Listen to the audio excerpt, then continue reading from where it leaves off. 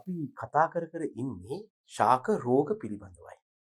දැන් ඒ යටතේ අපි දැන් කතා කරන්න යන්නේ ශාක රෝග ලක්ෂණ යටතේ වටපොළ රෝග ලක්ෂණ ගැන කතා කරන්න.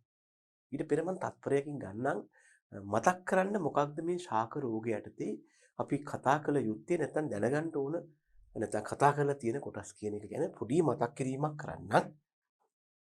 ළමයි ශාක රෝගයක් කියලා කියන්නේ කිසියම් ශාකයක ඇතිවන හානිදායී අපගමනයක් නැත්නම් ශාකයේ ඇතිවන්නා වූ අසාමාන්‍ය ක්‍රියාවලියක ප්‍රතිඵලයක්.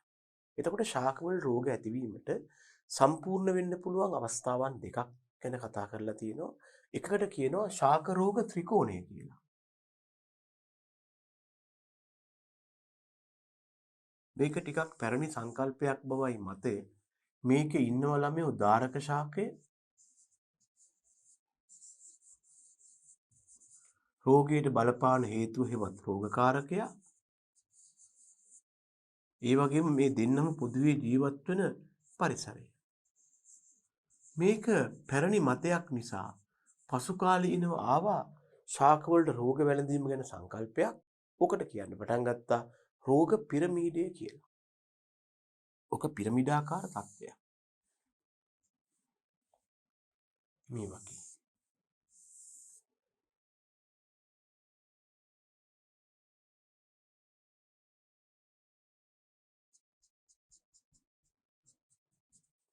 මෙතන ඉන්නවා කාලය. මෙතන ඉන්නවා ඉන්න පුළුවන් ධාරක ශාකය. මෙතන ඉන්නවා රෝගයට බලපාන හේතුව හෙවත් රෝගකාරකය. මෙතන ඉන්නවා රෝගකාරකය හා ධාරක ශාකය ගැටෙන පරිසරය.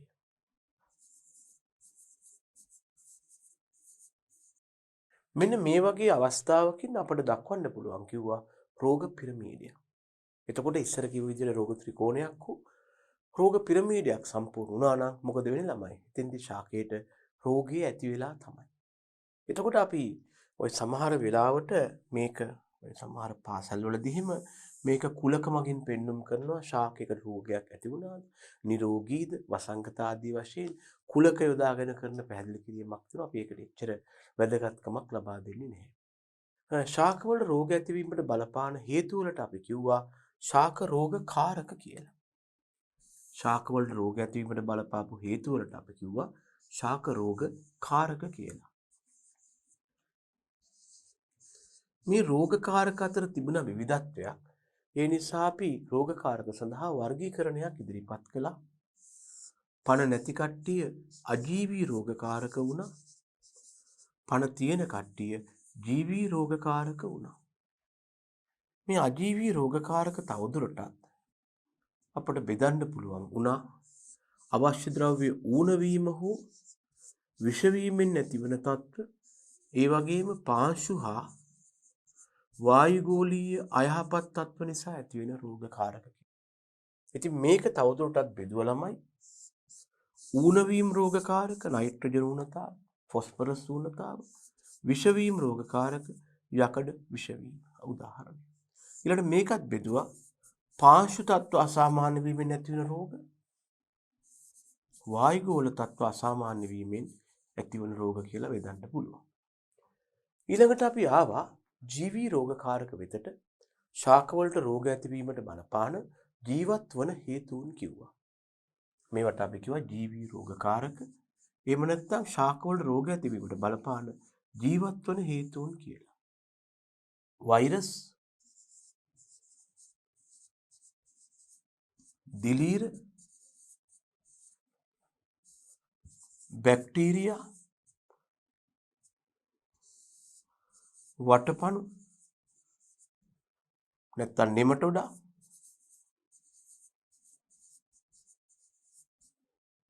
ඒ වගේම මයිකෝප්ලාස්මා සහ සපුෂ්ප ශාක, මල් පිපෙන ශාක අපට සජීව රෝගකාරක වශයෙන් දක්වන්න පුළුවන් වුණා. ඊළඟට අපි කිව්වා ළමයි යම් ශාකයකට බෝ වෙන හේවත් ආසාදිත රෝගයක් ඇති වුනහම මේ ශාකය තුල හමු වෙන ලක්ෂණ. මෙන්න මේ ලක්ෂණ වලට අපි කිව්වා ශාක රෝග ලක්ෂණ කියලා.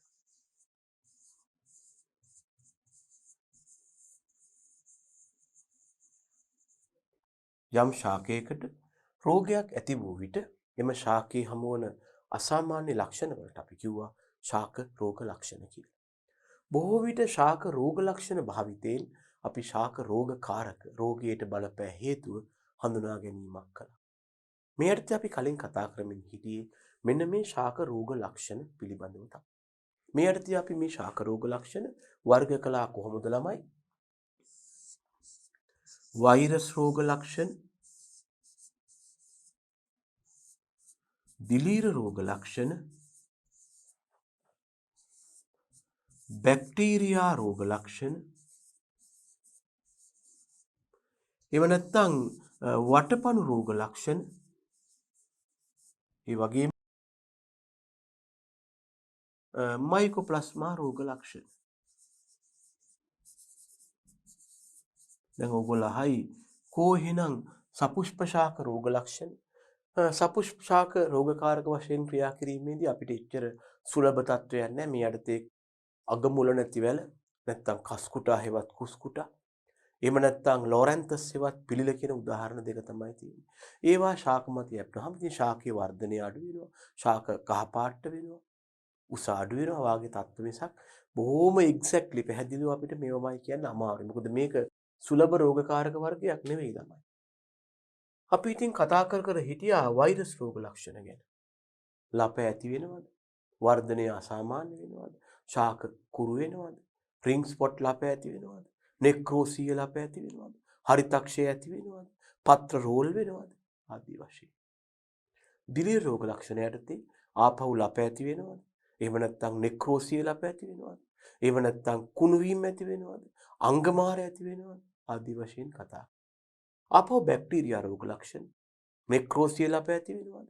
එහෙම නැත්නම් වනපිලිකා ඇති වෙනවද? එහෙම නැත්නම් කුණු වීම ඇති වෙනවද? ආදී වශයෙන් කතා කළා. අපි ඒ වගේම වැදගත්කමක් දෙනවා දිලීර හා බැක්ටීරියා කුණු වීම වෙන් කර හඳුනා ගැනීමට. මේදී අපි දිලීර හෝ බැක්ටීරියා රෝගයට ලක් වූ ශාක කොටසක් කරගෙන පිරිසිදු ජල බීකරයක මැදින් කපලා දානවා. දාපුවාම ඒ කැපුම් පෘෂ්ඨයේ ඉඳලා වතුරට නිකන් වලාකුලක් ආකාරයෙන් සුදු පැහැති ඕජස් ගලා යාමක් තිබ්බොත් ළමයෝ ඒක බැක්ටීරියා රෝග ලක්ෂණයක් වෙනවා. එහෙම ඕජස් ගලා යාමක් නැත්නම් ඒක දිලීර රෝග ලක්ෂණයක් බව දැනගන්න. ඉතින් අපි ওই විදිහට කතා කරලා ඉවරයි පුතා මේ වෙනකොට වෛරස් රෝග ලක්ෂණ, දිලීර රෝග ලක්ෂණ, බැක්ටීරියා රෝග ලක්ෂණ. අපි දැන් කතා කරන්න බලාපොරොත්තු වෙන අපි දැන් ඉන්නේ මෙන්න මෙතන. අපි දැන් කතා කරන්න බලාපොරොත්තු වෙන්නේ ළමයෝ වටපණු රෝග ලක්ෂණයි. තේරුණාද? අපි කතා කරන්න බලාපොරොත්තු වෙන්නේ වටපණු රෝග ලක්ෂණයි.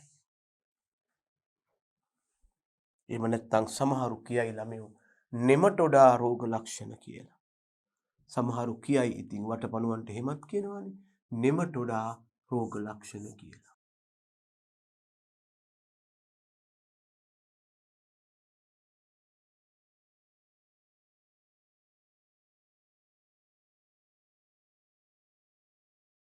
වටපණු රෝග ලක්ෂණ එහෙම නැත්නම් නෙමටොඩා රෝග ලක්ෂණ.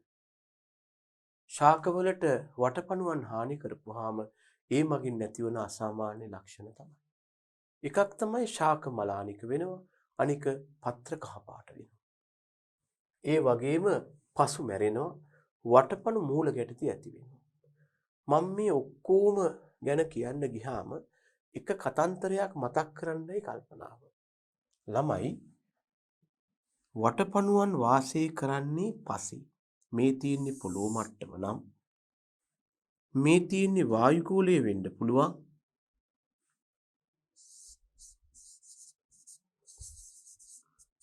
මෙන්න පස. දැන් ශාක මෙහෙම තියෙනවා. මෙන්න ශාකවල මුල් තියෙනවා. ළමයි දැනගන්න බහුලව වටපණුවන් වාසය කරන්නේ පසේ. වටපණුවන් පසේ වාසය කරන ගමන් මොකද කරන්නේ ළමයෝ? ශාක මුල් කනවා. මේ ඉන්නේ වටපණුවෙක් නම් මෙයා ඇවිල්ලා ශාකයේ මුල් කනවා.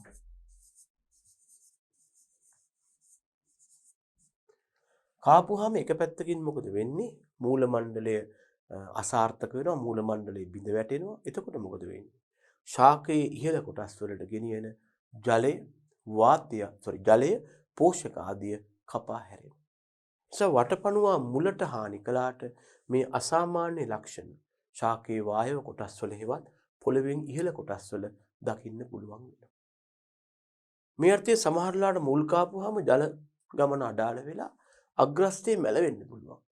අග්‍රස්තේ සුදු පාට වෙන්න පුළුවන්. අග්‍රස්තේ කඩා වැටෙන්න පුළුවන්. තව දෙයක් තියෙනවා හැම. දැන් අපිට මදුරුවෙක් කාපුවාම ළමයෝ නිකන් ඒ කාපු තැන පොඩි ගැටිත්තක් එන්නේ. ඇයි?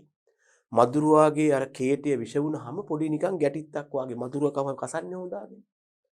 අන්න ඒ වගේ දැනගන්න වටපණුව ශාකයේ මුල හපාපුවාම වටපණුවගේ කේටය ශාක මුලට විෂ වෙනවා. ඒ මගින් මොකද වෙන්නේ?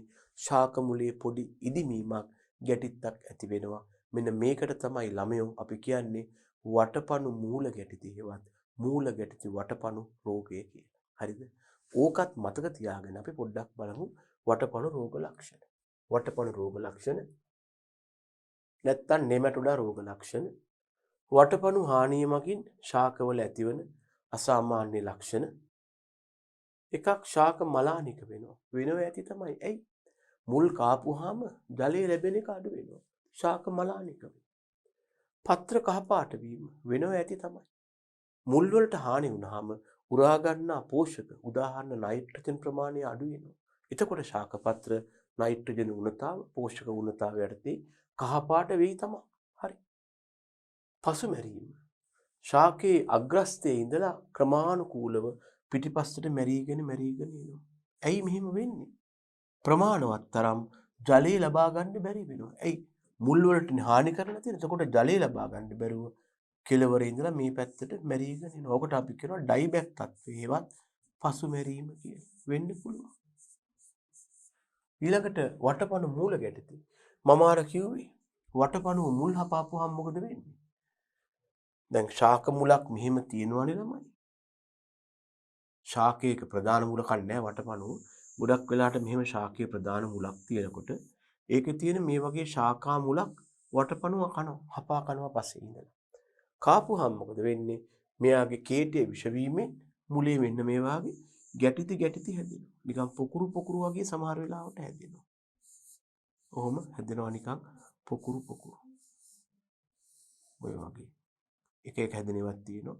මෙන්න මේවට අපි කියනවා වටපණු මූල ගැටිති කියලා.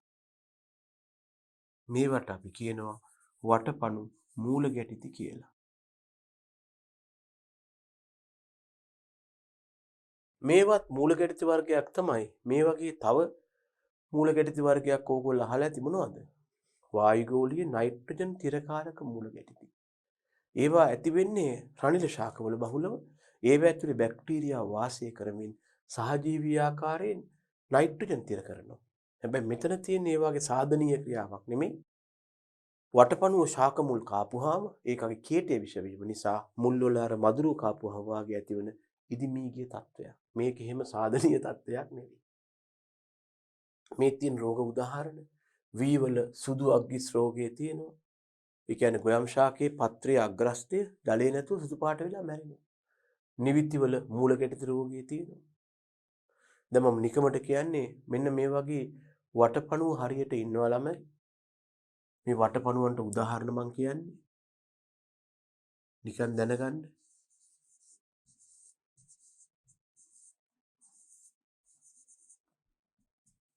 එක වටපණු විශේෂයක් තමයි හර්ෂ්මානියා.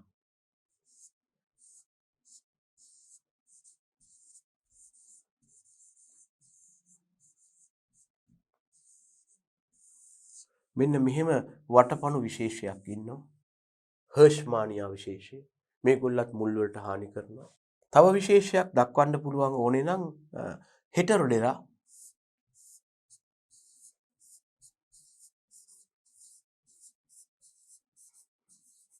මේ තව වටපණු විශේෂයක්. මේ වගේම තව වටපණු විශේෂයක් මේ වගේම තව වටපණු විශේෂයක් යෝජනා කරන්න පුළුවන්.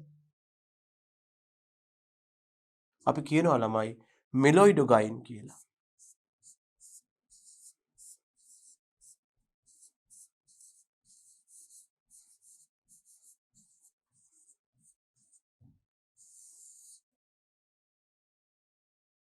මේ තියෙන්නේ බහුලව හමු වන වගාවට හානි කරන කෘෂිකාර්මිකව වැදගත් විය හැකි වටපණු විශේෂවලට උදාහරණ කීපයක්.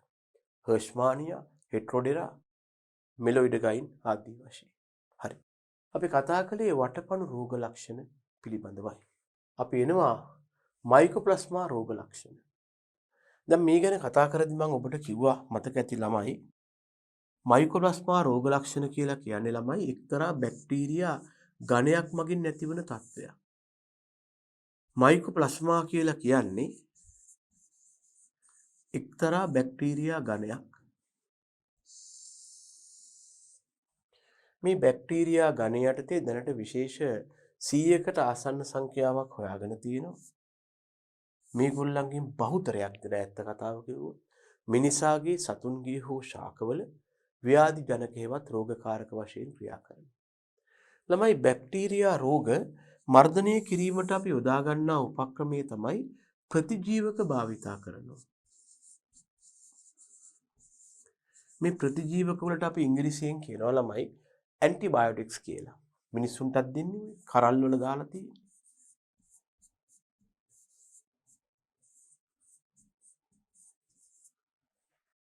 ප්‍රතිජීවකයක් හෙවත් ඇන්ටිබයොටික් එකක් කියලා කියන්නේ පොදුවේ යම් ජීවියෙකුගේ පරිවෘත්තීය ඵලයක් වශයෙන් නිපදවන තවත් ජීවියෙකුට විෂ විය හැකි රසායනික සංයෝගයක්. දැනගන්න බහුලවම ප්‍රතිජීවක නිපදවන ජීවීන් කාණ්ඩයක් වශයෙන් අපට දිලීර දක්වන්න පුළුවන්. බහුලව දිලීරවල තමයි මේ ප්‍රතිජීවක නිපද වෙන්නේ. ළමයි මෙහිදී දිලීරවල ප්‍රතිජීවක නිපද වෙන්න එක්තරා හේතුවක් තියෙනවා. පෝෂණය සම්බන්ධයෙන් එහෙම නැත්නම් ආහාර උපස්තර බෙදා ගන්න ගියාම ළමයි දිලීර හා බැක්ටීරියා අතර සටනක් තියෙනවා. ආහාරමය උපස්තර බෙදා ගන්න ගියාම දිලීර බැක්ටීරියා අතර තියෙනවා පෝෂණ තරංගයක්. මේ තරංගයේදී බැක්ටීරියා යටපත් කරගෙන තමන්ට අවශ්‍ය පෝෂණය ලබා ගන්න උපස්තර දිනා ගැනීම සඳහා දිලීර මගින් ශ්‍රාවය කරනවා කිසියම් පරිවෘත්තීය තරලයක් නැත්නම් පරිවෘත්තීය ද්‍රව්‍ය. ඒව තමයි ප්‍රතිජීවක කියන්නේ. මෙන්න මේවා බැක්ටීරියාවන්ට විෂ නිසා බැක්ටීරියාවන් මර්ධනය වෙනවා. මේදී තරංගයෙන් ජයගෙන අදාළ උපස්තරය දිනා ගන්න දිලීර වලට පුළුවන් වෙනවා. අපි වාණිජ මට්ටමින් කරලා තියෙන්නේ මේ ෆිනොමිනා එක නැත්නම් මේ සංසිද්ධිය තෝරගෙන මේ මගින් දිලීර මගින් නිපදවන මේ රසායන සංයෝග නිස්සාරණය කරලා බැක්ටීරියා මර්ධනය කරන ඔසු හෙවත් ප්‍රතිජීවක වශයෙන් යොදා ගන්නවා. මේක මුලින්ම කළේ පෙනිසිලියම් කියන දිලීරය භාවිතා කරලා. පෙනිසිලියම් නොටේටම් කියන දිලීරය භාවිතා කරලා තමයි මුලින්ම මේ වැඩේ කළේ. මේක කළේ සර් ඇලෙක්සැන්ඩර් ෆ්ලෙමිං කියන විද්‍යාඥයා. ඒ නිසා මෙයාට නයිට් නාම්බුවකුත් හම්බ වුණා. මේ දිලීරය මගින් එයා නිස්සාරණය කරගන්නා ලද ප්‍රතිජීවකය තමයි පෙනිසිලින් කියලා කියන්නේ. අන්න ඒ පෙනිසිලින් අදටත් බැක්ටීරියා මර්ධනය කරන ප්‍රධාන ප්‍රතිජීවකයක් වශයෙන් භාවිතා කරනවා. ඊට පස්සේ වාණිජ මට්ටමේ මේ සංකල්පය හඳුනගෙන විවිධ විද්‍යාඥවරු විවිධ ප්‍රතිජීවක සඳහා දිලීර වගා කිරීම ආරම්භ කළා. මේ අනුව අපි අහලා තියෙන ඇම්ෆිසලින්, ඇමොක්සලින්, සෙෆලෙක්සින්, ඔක්සිටෙට්‍රාසයික්ලින්, ටෙට්‍රාසයික්ලින්, නියෝමයිසින්, ටෙරාමයිසින් මේ ඔක්කොම ප්‍රතිජීවක වෙනවා. මේවා මගින් තමයි අපි බැක්ටීරියා මර්ධනය කරන්නේ. ඇන්ටිබයොටික්ස් දෙනවයි කියලා කරන්නේ මේවා ලබා දෙනවා. මේවා අපට කෘත්‍රිමව නිපදවන්න බෑ. අපි කාර්මික මට්ටමින්, වාණිජ්‍ය මට්ටමින් දිලීර වගා කරනවා. වගා කරලා ඒ දිලීර වලින් නිපදවන මේ ජෛව රසායනික සංයෝග නිස්සාරණය කරනවා. හරිද? රයිට්. එතකොට වෙලා තියෙන්නේ මොකක්ද? සාමාන්‍යයෙන් මේ විදිහට ප්‍රතිජීවක මගින් බැක්ටීරියාවන් මර්ධනය විය යුතු වුණාට ළමයෝ මේ මයිකෝප්ලාස්මා කියන ගණයේ බැක්ටීරියා සතු විශේෂ හැකියාවක් තියෙනවා. ඒක තමයි එයා ප්‍රතිජීවක වලට ප්‍රතිරෝධී වෙනවා. මයිකෝප්ලාස්මා කියන බැක්ටීරියාව ප්‍රතිජීවක සඳහා ප්‍රතිරෝධී වෙනවා.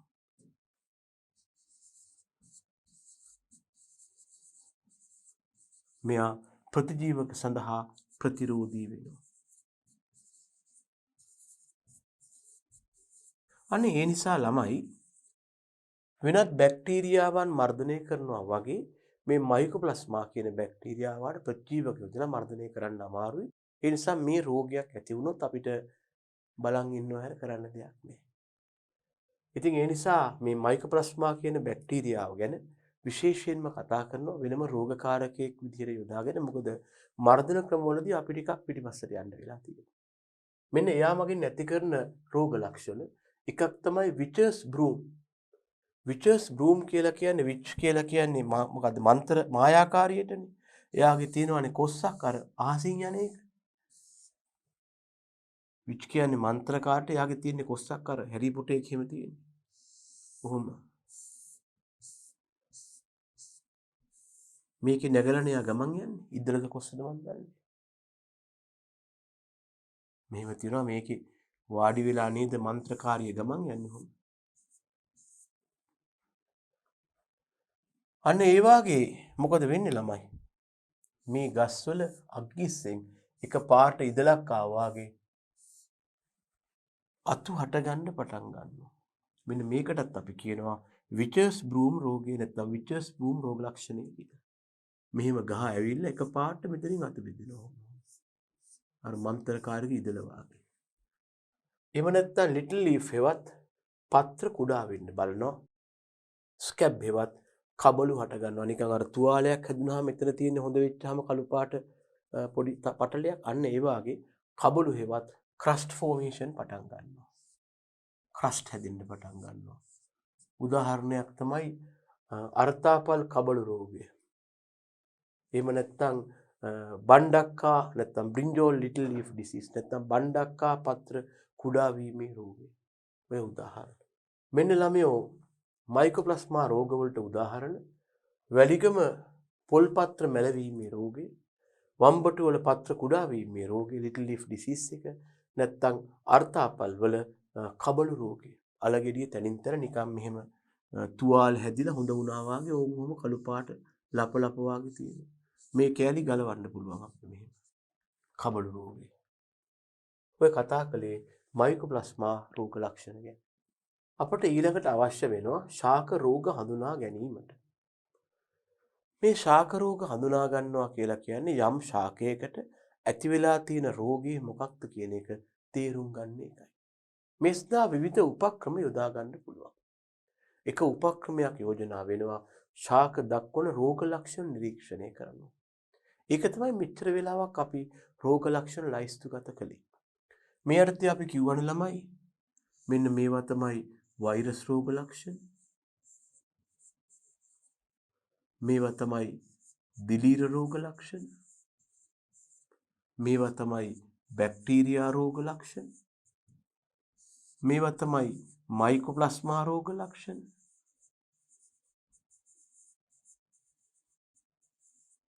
මේවා තමයි වටපණු රෝග ලක්ෂණ. එතකොට අපි ශාකයක් ඉදිරිපත් කරපුවාම අපි බලනවා අපි දන්න රෝග ලක්ෂණ වලින් මේ මොකක්ද කියලා. මේ මත රෝගකාරකයා තීරණය කරනවට අපි කියනවා ශාක රෝග ලක්ෂණ නිරීක්ෂණය කිරීම කියලා. මේක යම්ම අඩුපාඩු තියෙනවා.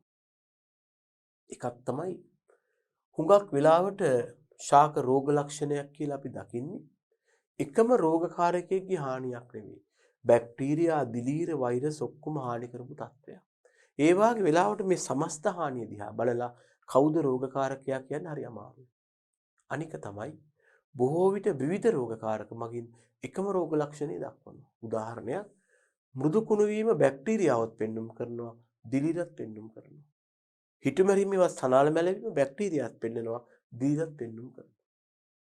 ඒ කියන්නේ විවිධ රෝගකාරක මගින් එකම ලක්ෂණ දක්වනවා. ඉතින් ওই වගේ හේතුන් නිසා රෝග ලක්ෂණ මත රෝගකාරකයා නිර්ණය කිරීමේ ගැටලු තියෙනවා. ඒ සඳහා තියෙන දෙවන ක්‍රමයක් තමයි මේ රොබර්ට් කොච්ගේ මූලධර්මයේ භාවිතා කරන්න පුළුවන්. ඒ වගේම තවත් සාපේක්ෂව දියුණු ක්‍රම වෙලා තියෙනවා. PCR තාක්ෂණය යොදා ගන්න පුළුවන්. එහෙම නැත්නම් ELISA තාක්ෂණය යොදා ගන්න පුළුවන්. අපි බලමුත් පොඩ්ඩක් මේ ක්‍රම ගැන. අපි ඉස්සෙල්ලම රෝග ලක්ෂණ නිරීක්ෂණය කිරීම ගැන කතා කළොත් අපට පේනවා මේක එච්චරම විද්‍යාත්මක හා නිවැරදි ක්‍රමයක් නොවන බව. මොකද අපි කිව්වා රෝග ලක්ෂණ දිහා බලලා හරියටම රෝගකාරකයා කවුද කියලා කියන්න බෑ. ඒක හේතුවක් තමයි අපි රෝග ලක්ෂණ විදිහට දකින්නේ තනි රෝගකාරකයෙක්ගේ හානියක් නෙවෙයි. විවිධ රෝගකාරකයන් හානි කරපු අවස්ථාව. එහිදී මොකක්ද මේක කියලා හරියට කියන්න බෑ. දෙවැනි එක තමයි විවිධ රෝගකාරකයන් එකම රෝග ලක්ෂණ දක්වනවා. තුන්වෙනි එක තමයි එකම රෝගකාරකයා විවිධ ශාක මත විවිධ රෝග ලක්ෂණ දක්වනවා. ඒ නිසා මේ රෝග ලක්ෂණ දිහා බලලා රෝගකාරකයා ගැන කියන එක හරියට නිකන් අර පිටින් අන්ධෙක් අතපත ගාලා අලියගේ හැඩරුව කියනවා වගේ වැඩක් කියලායි සමහරු සලකන්නේ. ඒක එච්චර සාර්ථක නෑ. ඒ නිසා දෙවන ක්‍රමයක් ඇවිල්ලා තියෙනවා. මේකට අපි කියනවා රොබර්ට් කොච්ගේ මූලධර්මයේ භාවිතය කියලා. ළමයි දැනගන්න ශාක රෝගකාරකයන් නිර්ණය කිරීමට මේක වඩා නිවැරදි ක්‍රමයක් වෙනවා. මේකට අපි කියනවා රොබර්ට් කොච්ගේ මූලධර්මයේ භාවිතය කියලා.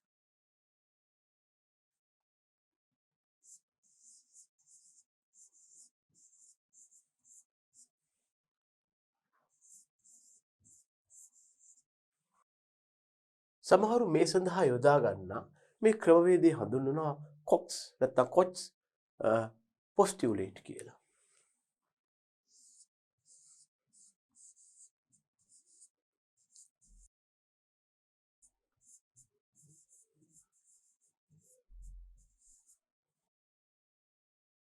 මේ ක්‍රමය ගැන පොඩි මතක් කිරීමක් කරනවා නම් අපි මෙන්න මේ වාගේ පියවර කීපයක් තමයි මේ රොබර්ට් කොච්ගේ මූලධර්මයේ යටතේ යොදාගන්නේ. හොඳට බලා ගන්නකො ළමයි. අපි ඉස්සරලාම මේ යටතේ කරන්නේ මම දැන් කතා කරන්න යන්නේ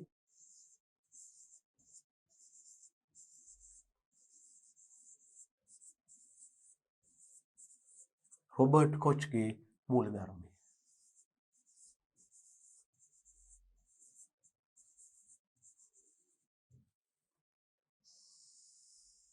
අපිට ඉස්සරලාම කිසියම් ශාකයක් ඉදිරිපත් කරනවා කියලා හිතන්නකෝ.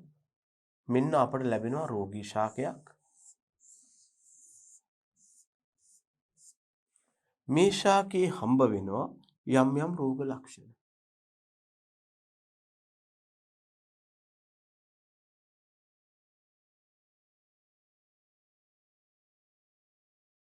අපි ඉස්සෙල්ලාම කරන්න ළමයි මේ රොබර්ට් කොච්ගේ මූලධර්මය යටතේ මේ ශාකයේ දක්වන රෝග ලක්ෂණ ටික හඳුනා ගන්නවා.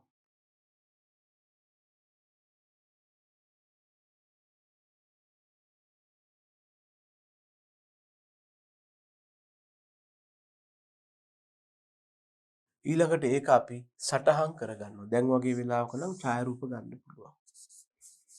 ඔන්න අපි දන්නවා දැන් මේ රෝගී ශාකයේ තිබුණ ලක්ෂණ මෙන්න මේ වගේ කියන්නේ අපි දන්නවා.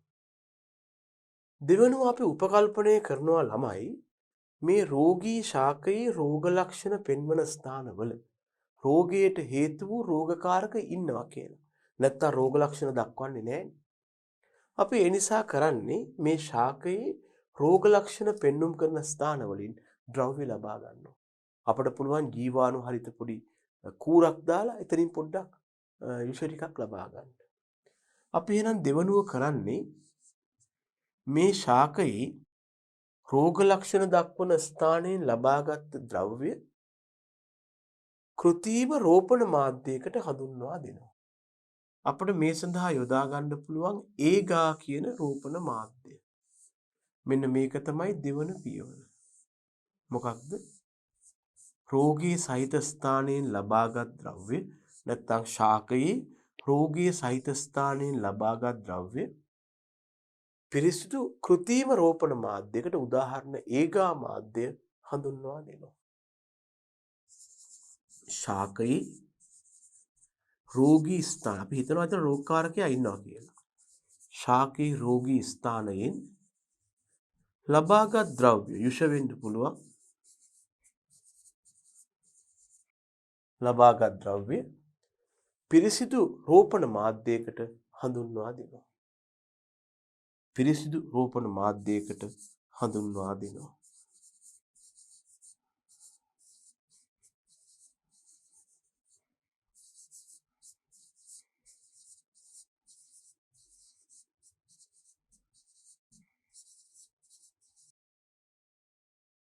පිරිසිදු රෝපණ මාධ්‍යයට හඳුන්වා දෙනවා.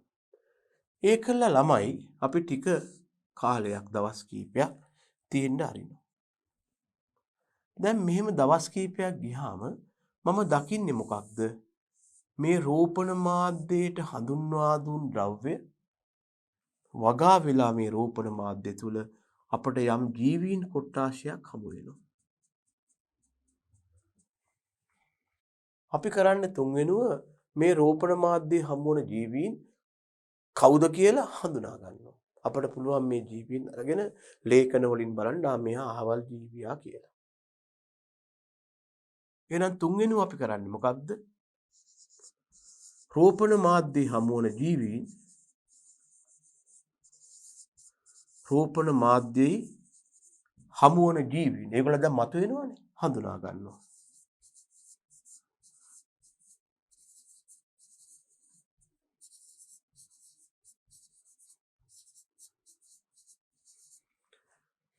ඊළඟට කරන්නේ ළමයි මේ රෝපණ මාධ්‍යයේ යම් ජීවීන් කණ්ඩායමක් අපිට දැන් පේනවනේ.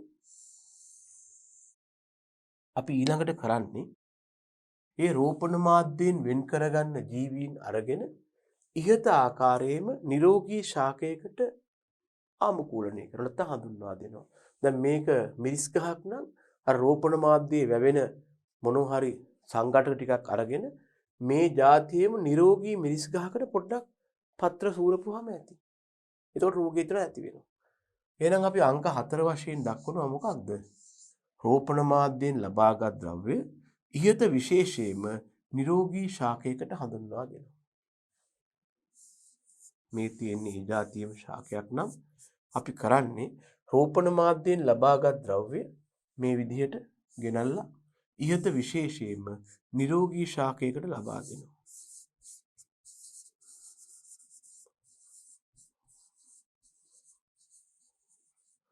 රෝපණ මාධ්‍යයෙන් ලබාගත් ද්‍රව්‍ය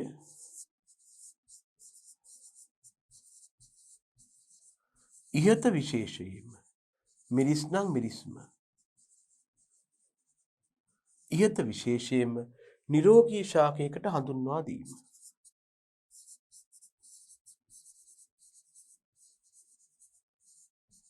නිරෝගී ශාකයකට හඳුන්වා දීමක් කරනවා. අපි ඊළඟට බලනවා ළමයෝ මොනවද මේ නිරෝගී ශාකයේ හමුවන රෝග ලක්ෂණ කියලා. අපි බලනවා මේ නිරෝගී ශාකයේ හමුවන රෝග ලක්ෂණ මොනවද කියලා.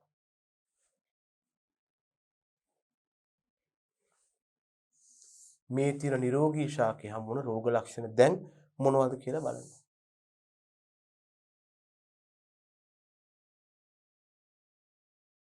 අපට මේ නිරෝගී ශාකයේ හමුවන රෝග ලක්ෂණ පේනවා නම් ඒවා මුලින් හමුවුණු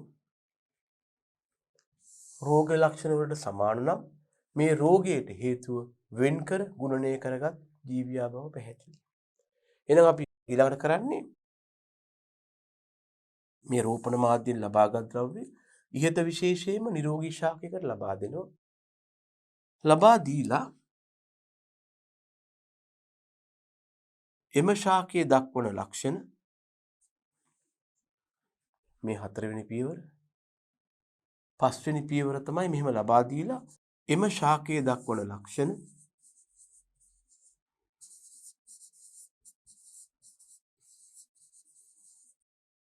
මුල් රෝගී ශාකයේ ලක්ෂණ සමග සසඳනවා. මුල් රෝගී ශාකයේ ලක්ෂණ සමග සැසඳීම.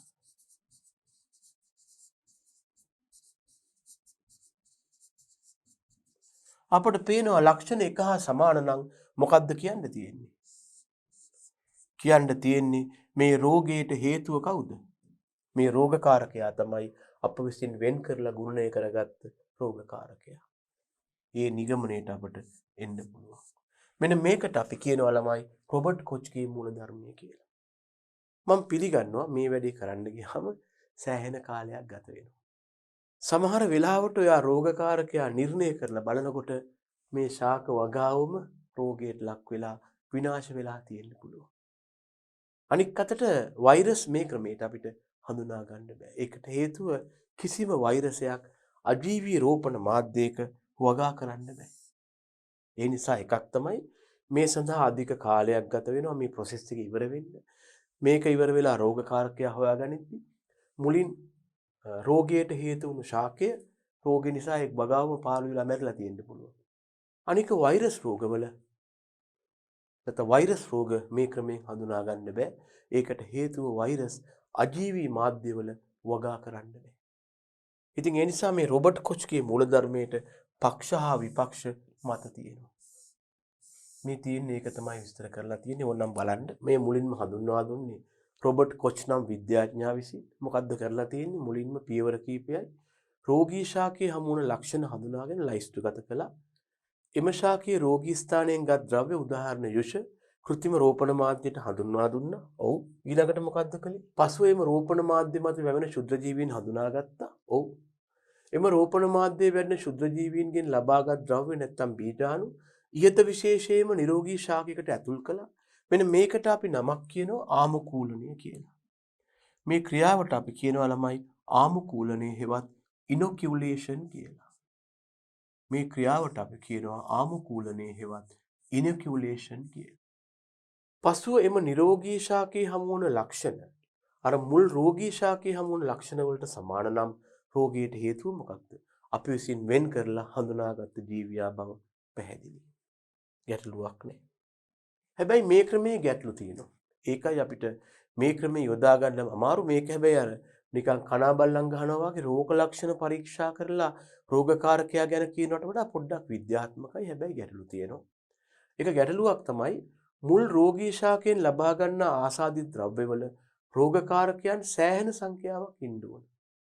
එහෙම නැත්නම් රෝපණ මාධ්‍ය තුල වගා වෙන්නේ නැහැ. මේකට කියනවා ළමයෝ මේ රෝගකාරකයින්ගේ සැලකිය යුතු සාන්ද්‍රණයක් තියෙන්න ඕන මේ ද්‍රව්‍යවල. මේ සාන්ද්‍රණයට සමහරු කියනවා ක්‍රිටිකල් කන්සන්ට්‍රේෂන් කියලා. මම මෙතෙන්ද කියනවා රෝගකාරකයින්ගේ සැලකිය යුතු සාන්ද්‍රණයක් තියෙන්න ඕන. නැත්තම් මේක ග්‍රෝ කරන්න බෑ. රෝගකාරකයන්ගේ සැලකිය යුතු සාන්ද්‍රණයක් අවශ්‍ය වෙනවා.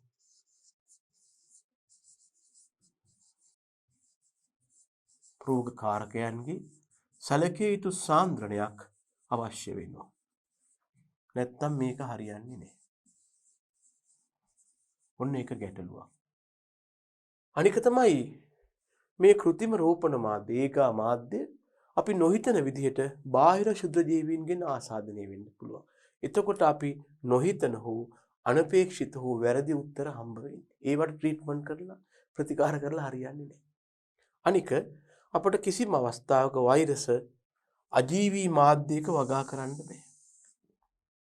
ඒ නිසා වෛරස් රෝග හඳුනා ගැනීමට මේ රොබර්ට් කොච්ගේ මූලධර්මය යොදා ගන්න අමාරුයි. බහුරෝගකාරක කියන්නේ රෝගකාරක ගණනාවක් ඉන්න වෙලාවක අපට මේගොල්ල හඳුනා ගන්න අමාරුයි. අනික් අතට මේ ප්‍රොසෙස් එක මගින් රෝගයක් හඳුනා ගන්න ගියාම සෑහෙන කාලයක් ගත වෙනවා. එතකොට වගාවට විශාල හානියක් වෙලා ඉවරයි. හැබැයි එක දෙයක් මම පිළිගන්නවා. නිකම්ම රෝග ලක්ෂණ දිහා බලලා මේක වෛරස් මේක බැක්ටීරියා කියනවට වඩා මේ රොබර්ට් කොච්ගේ පර්යේෂණය කරන එක වඩා ඵලදායි. නමුත් ලොකු ප්‍රශ්නයක් වෙලා තියෙන ගතවන කාලය අධික බවයි. ළමයි ඒ නිසා වෙනත් පර්යේෂණ ක්‍රම වලට ගියා. මේ යටතේ හමු වන තුන්වන ක්‍රමයක් තමයි අද බහුලව කතා කරන ක්‍රමයක් PCR තාක්ෂණය හෙවත් polymerase chain reaction කියන தත්ත්වය යොදා ගන්න. දැන් මෙතෙන්දි මූලධර්ම වෙලා තියෙන්නේ මේකයි. සමහර වෙලාවට අපි මේ රෝගී ශාකයෙන් ලබා ගන්නා ද්‍රව්‍ය විශ්ලේෂණය කළොත් රෝගකාරකයා සඳහා එහි හමු වෙන්නේ ඉතා අඩු සාන්ද්‍රණයක රෝගකාරකයන් සංඛ්‍යාවක් නම් අපට වෙන් කර හඳුනා ගන්න බැරි වෙනවා රෝගකාරකයා. මේ තාක්ෂණයේදී කරන්නේ ශාකයෙන් ලබා ගන්නා ද්‍රව්‍ය අපි අරගෙන ඒකේ තියෙන සංඝටක ගුණනය කරනවා. විශේෂයෙන්ම ඒකේ එක එක ජීවීන්ගේ DNA හමු වෙනවා නම් ඒවා ගුණනය කරනවා. ගුණනය කරපුවම වැඩි DNA ප්‍රමාණයක් හමු වෙනවා. ඊට පස්සේ අපිට පහසුවෙන්ම කාගේද මේ DNA කියලා හඳුනා ගන්න පුළුවන්. මෙන්න මේකට අපි කියනවා PCR තාක්ෂණය හෙවත් polymerase chain reaction කියලා. අපි මේක සරලවයි කතා කරන්න යන්නේ. මේකේ දීර්ඝ පියවර ගැන අපි කතා කරන්න යන්නේ නැහැ. ඕක තමයි PCR තාක්ෂණයේ මූලධර්මය වෙලා තියෙන්නේ. මේක අණුක ජීව විද්‍යාව නැත්තම් මොලකියුල බයොලොජි කියන එක යටතේ හමු වන තාක්ෂණයක්. අලුතෙන් තමයි මේක ඉස්සරහට ආවේ. මේ අණුක ජීව විද්‍යාව නැත්තම් සමහරු කියනවා ළමයෝ මොලකියුල බයොලොජි කියලා.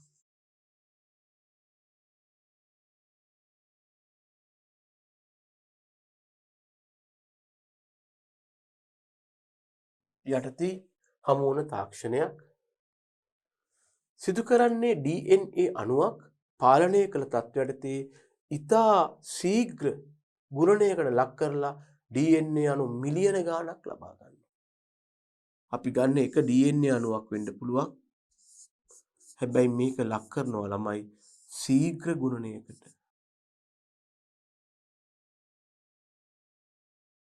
මේකට සමහරු කියනවා ළමයෝ rapid proliferation කියලා.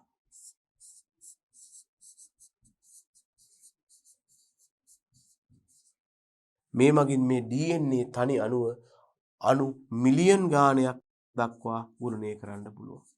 එක්කෙනෙක් හඳුනගන්න බැරි වුණාට මේගොල්ලෝ ගුණනය කළාට පස්සේ පහසුවෙන්ම හඳුනගන්න පුළුවන්. ගුණනයට ලක් කරමින් DNA අණු මිලියන ගණනක් ලබා ගන්නවා. එම අණු හඳුනා ගැනීම හා ගණන් කිරීම තුළින් අපිට රෝගකාරකයන් නිවැරදිව හඳුනා ගන්න පුළුවන්. අපි ඊට පස්සේ අණු ගණන් කරනවා. එතකොට මේ විදිහට DNA ගුණනය කිරීමක් අවශ්‍ය වෙනවා. මෙන්න මේ ආකාරයෙන් DNA ගුණනය කිරීමට දායක වන එන්සයිමයට අපි කියනවා DNA polymerase කියලා. මේකට අදාළ වන එන්සයිමේ තමයි DNA polymerase.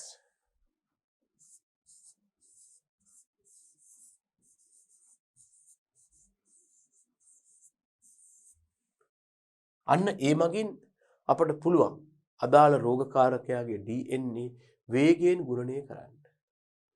මේ 1963 දී කෙරි මොලිස් නම් විද්‍යාඥයා තමයි හොයාගෙන තියෙන්නේ. හැබැයි දැනගන්න මේකට මයිකල් ස්මිත් නම් විද්‍යාඥයාත් උදව් කරලා තියෙනවා.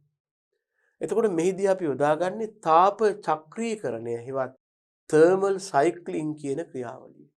අපිට ඒවා විද්‍යාත්මකව ඒකේ මූලධර්ම වැදගත් වෙනවා. දැනගන්න මෙහිදී යොදාගත්ත මූලධර්මය තාප චක්‍රීකරණය හෙවත් thermal cycling බව.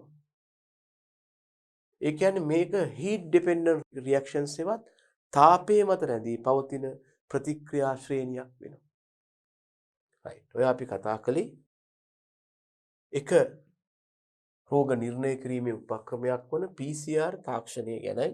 ඒ අර්ථයේ අදාළ ශාකයෙන් ලබා ගන්න DNA ගුණනය කිරීමෙන් පස්සේ ඒගොල්ල හඳුනා ගන්න. මේකේ ප්‍රධාන පියවර තුනක් තියෙනවා. එකකට කියනවා DNA උණු කිරීම හෙවත් DNA melting කියලා. අර ද්විත්ව හෙලික්සය ලිහලා ගන්න වැඩ. ඊළඟ DNA replication හෙවත් තියෙන DNA පැටව ගස්සනවා. තුන්වෙනි එක තමයි බල ආකාර ගුණනය කිරීම. නැත්නම් exponential multiplication ඉතා වේගයෙන් ගුණනය කරනවා. එතකොටයි මිලියන් ගාණක් DNA ලැබෙන්නේ අපිට. මෙන්න DNA උණු කිරීම නැත්නම් DNA melting DNA දාමේ පවතින ද්විත්ව හෙලික්සය අපි ලිහනවා. මේකට යොදා ගන්නවා සෙන්ටිග්‍රේඩ් අංශක 95ක උෂ්ණත්වය. ඉතින් තමයි මේක අපි ලිහන්නේ. නැත්නම් අපි කියනවා අන්ටයි කරනවා කියලා මේක. දැන් මෙහෙම ළමයෝ තියෙන්නේ මෙතන ද්විත්ව හෙලික්සයක් නේ තියෙන්නේ. මේ දෙක එකට ඇඹරලානේ තියෙන්නේ. මෙහෙම. අපි මේක වෙන් කරනවා මෙහෙම. අන්ටයින් කියලා. දෙවැනි ක්‍රියාවට අපි කියනවා DNA replication හෙවත් DNA ප්‍රතිවලිත කිරීම. මෙතෙන්දි කරන්නේ තියෙන DNA දැන් අපි දාමය ලිහලා ගත්තාම මෙහෙම එක DNA දාමයක් ලැබෙනවා. මෙහෙම තව DNA දාමයක් ලැබෙනවා. අපි කරන්නේ මේ ඉන්න එක්කෙනා ගුණනය කරනවා පැටව ගස්සනවා නැත්නම් ප්‍රතිවලිත කරනවා. මේකට අපි යොදා ගන්නවා සෙනගංශක 55ක උෂ්ණත්වය. දැන් ඉන්න එක්කෙනා ලිහුවා එයා ඒ වගේ තව එක්කෙනෙක් හැදුවා හෙවත් ප්‍රතිවලිත කළා. ඊට පස්සේ මොකද කරන්නේ? මෙන්න මේක exponential multiplication හෙවත් අර බල සමීකරණයක ආකාරයෙන් වේගෙන් ගුණනය කරනවා. මේ මුලින් ඇති වුණු DNA දාම මේවට මෝල්ඩ් හෙවත් අච්චු වශයෙන් ක්‍රියා කරනවා. ඉතා අධික වේගයකින් මේ ගුණනය කිරීම සිද්ධ වෙනවා අණු ලක්ෂ ගාණක් දක්වා. මේකට යෝග්‍ය උෂ්ණත්වය සෙනෙහසක 72ක් වෙනවා.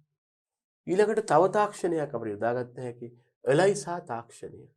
එන්සයිම් ලින්ක්ඩ් ඉමුනෝසෝබන්ට් ඇසේ කියලා කියනවා. එලයිසා කියලා කියන්නේ මේ වචනවල මුල් ලකුරු ගැනීමේ ප්‍රතිඵලයක්.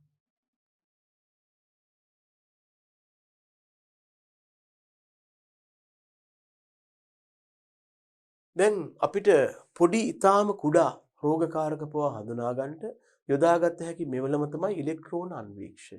ඉලෙක්ට්‍රෝන අන්වීක්ෂය පාවිච්චි කරලා ඊටා කුඩා වෛරස් සෛල පවා ගුණනය කරන්න පුළුවන්. හැබැයි දැනගන්න මේ ඉලෙක්ට්‍රෝන අන්වීක්ෂය භාවිතා කළත් අපිට සමහර රෝගවල රෝගකාරකයන් නිවැරදිව හඳුනා ගන්න අමාරු වෙනවා. මෙන්න මේ වාගේ වෙලාවට අපි මේ එලයිසා තාක්ෂණය යොදා ගන්නවා. එලයිසා තාක්ෂණය යටතේ අපි ඇත්තටම කරන්නේ රෝගකාරකයා හඳුනා ගන්න එක වෙනුවට ඒ රෝගකාරකයා කාට හරි වැළඳෙන්න ගියොත් එහෙම ඒකට එරෙහිව දේහයේ හදන ප්‍රතිදේහය හඳුනා ගන්නවා. අපේ දේහයේ හදන ප්‍රශක්තිදායක සංයෝග හඳුනා ගන්නවා.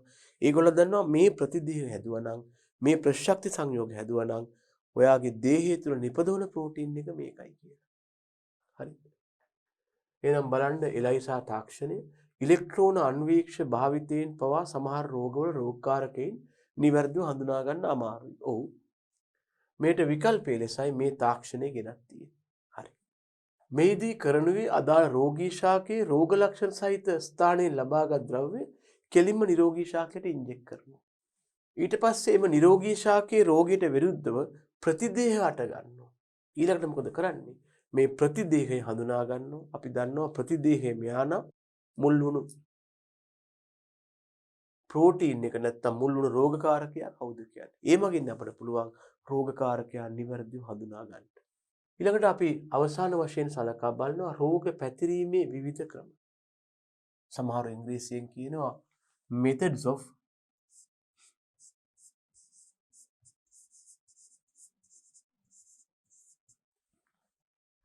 dissemination of plant diseases.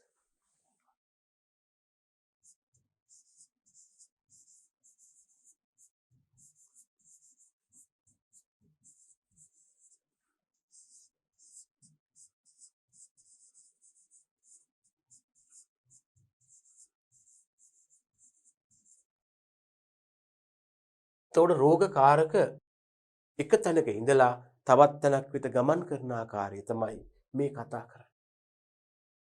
පළවෙනි ආකාරය තමයි පස් මගින්. දැන් මොකද වෙන්නේ? පස්වල තියෙන රෝගකාරක මේ විදිහට අනෙක් ශාකවලට යන්න පුළුවන්. දෙවෙනි එක තමයි වාතය මගින්. මේ රෝගකාරක බීජාණු විශාල ප්‍රමාණ වලින් හදනවා. ඒවා වාතයේ ගසාගෙන ගිහිල්ලා රෝග ඇති කරනවා. වාතයේ ගසාගෙන ගියාම තව ශාකයක යම් තුවාලයක් තිබ්බොත් එතනින් මේ රෝගකාරක ඇතුල් වෙනවා. ඒ වගේම රෝපණ ද්‍රව්‍ය මගින් වගාවට යොදා ගන්න දේවල් වලට අපි කියනවා වගාව ආරම්භ කරන්න යොදා ගන්න දේවල් රෝපණ ද්‍රව්‍ය කියලා. සමහර වෙලාවට ඒවා වගාවට ඇතුල් කරනකොට ඒවායේ රෝගකාරක හිටියානම් ඒ සමග අපේ වගාවට රෝගකාරක ඇතුල් වෙනවා.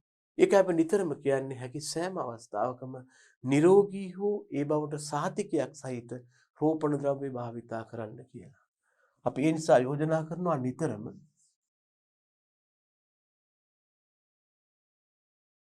විශ්වාසවන්ත වූ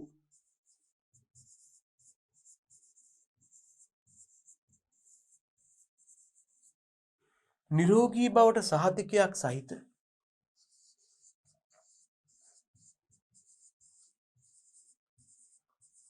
නිරෝගී බවට සහතිකයක් සහිත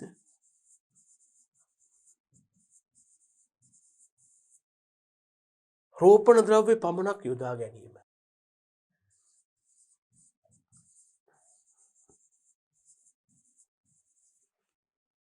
රෝපණ ද්‍රව්‍ය පමණක් යොදා ගැනීම.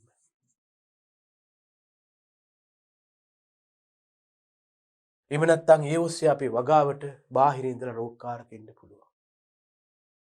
අනික තමයි රෝග වාහකයින්. රෝග වාහකයින් කියන්නේ යම් ශාක රෝගයක් රෝගී ශාකයක ඉඳලා නිරෝගී ශාකයක් වෙත ගෙන යන ජීවි. බොහෝ විට මේගොල්ල අපි කලිනුත් කියලා තියෙනවා විදශෝරාබන කට්ටිය තමයි කියලා.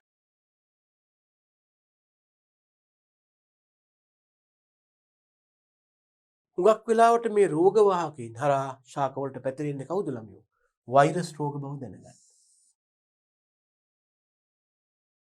හොඳයි. එවනම් ශාක රෝග පැතිරෙන්න පුළුවන් ඊළඟ ක්‍රමය තමයි උපකරණ මගින්. ඒ කියන්නේ අපි ශාක වගාවේදී යොදා ගන්න බද්ධ කිරීමේ උපකරණ පිහි කතුරු එහෙම නැත්නම් සෙකටියර වැනි උපකරණවල මොන විදියෙන් හරි රෝග ඇති කරන රෝගකාරකයාගේ ද්‍රව්‍ය තැවරුනොත් අපි නිරෝගී ශාකයකට හෝ වගාවකට ඒ උපකරණ පරිහරණය කරද්දී උපකරණ යොදා ගනිද්දී ඒ එක්ක මේ රෝගකාරක ඇතුල් වෙන්න පුළුවන්. ඒ නිසා නිතරම අපි යෝජනා කරනවා මේ යොදා ගන්න උපකරණ ජීවාණුහරණය කරලා ගන්න එක තමයි හොඳ. අපි මේ කතා කළේ ශාක රෝග පිළිබඳවයි. ශාක රෝගයක් කියන්නේ කවුද? ශාක රෝගයක පැවතිය හැකි අවස්ථා. එහෙම නැත්නම් අපි කිව්වා මේ ශාක රෝගයක් ඇතිවීමේදී අපිට රෝග ත්‍රිකෝණය මගින් එහෙම නැත්නම් රෝග පිරමීඩය මගින් මේක දක්වන්න පුළුවන්. ශාක රෝග වලට බලපාන හේතුන්ට අපි කියනවා ශාක රෝගකාරක කියලා. මේගොල්ල අතර විවිධත්වයක් තියෙන නිසා අපි ශාක රෝගකාරක වර්ග කරනවා. ඒ අර්ථයේ අජීවී රෝගකාරක, ජීවී රෝගකාරක වශයෙන් බෙදන්න පුළුවන්. ඊළඟට අපිට පුළුවන් ශාක වලට රෝග ඇති වුනහම ඇතිවන අසාමාන්‍ය ලක්ෂණ ගැන කතා කරන්න. ඒවට අපි කියනවා ශාක රෝග ලක්ෂණ කියලා. මේ ශාක රෝග ලක්ෂණ අපි ප්‍රධාන ආකාර කීපයකට බෙදාගත්තා. වෛරස් රෝග ලක්ෂණ, බැක්ටීරියා රෝග ලක්ෂණ, දිලිර රෝග ලක්ෂණ, මයිකෝප්ලාස්මා රෝග ලක්ෂණ, වටපණු රෝග ලක්ෂණ. හුඟක් වෙලාවට මේ රෝග ලක්ෂණ වල තමයි ශාක වලට බලපාන රෝගකාරකයන් නිර්ණය කළේ. නමුත් රෝග ලක්ෂණ මත විතරක් රෝගකාරකයන් නිර්ණය කිරීම ඊතරම් විද්‍යාත්මක නොවේ කියලා අපිට තව ක්‍රම හඳුනා ගන්න පුළුවන්. ශාක රෝග කාරක නිර්ණය කිරීම ඒකට එක ක්‍රමයක් තමයි මේ යොදාගත් සාම්ප්‍රදායික ක්‍රමය. අපි ඒ ගැන තමයි කතා කළේ රෝග ලක්ෂණ මත රෝගකාරකයා තීරණය කිරීම. එහෙම නැත්නම් දෙවෙනුව රොබර්ට් කොච්ගේ මූලධර්ම යොදා ගන්න පුළුවන්. තුන්වෙනුව PCR තාක්ෂණය පුළුවන්. හතරවෙනුව එලයිසා තාක්ෂණය පුළුවන්. එක ශාකයකින් තවත් ශාකයකට රෝග ගමන් කරන හෙවත් රෝග පැතිරෙන ක්‍රම ගැන තමයි අපි දැන් මේ කතා කළේ. එහෙනම් දරුවනේ මේ විස්තරත් සමග ශාක රෝග කියන පාඩම අපි නිමා කරනවා. මෙබඳුම තවත් පාඩමකින් ඔබ සමග හමු වන බලාපොරොත්තු වෙමින් එහෙනම් ඔබට ආයුබෝවන් කියනවා. එහෙනම් දරුවනේ ආයුබෝවන්.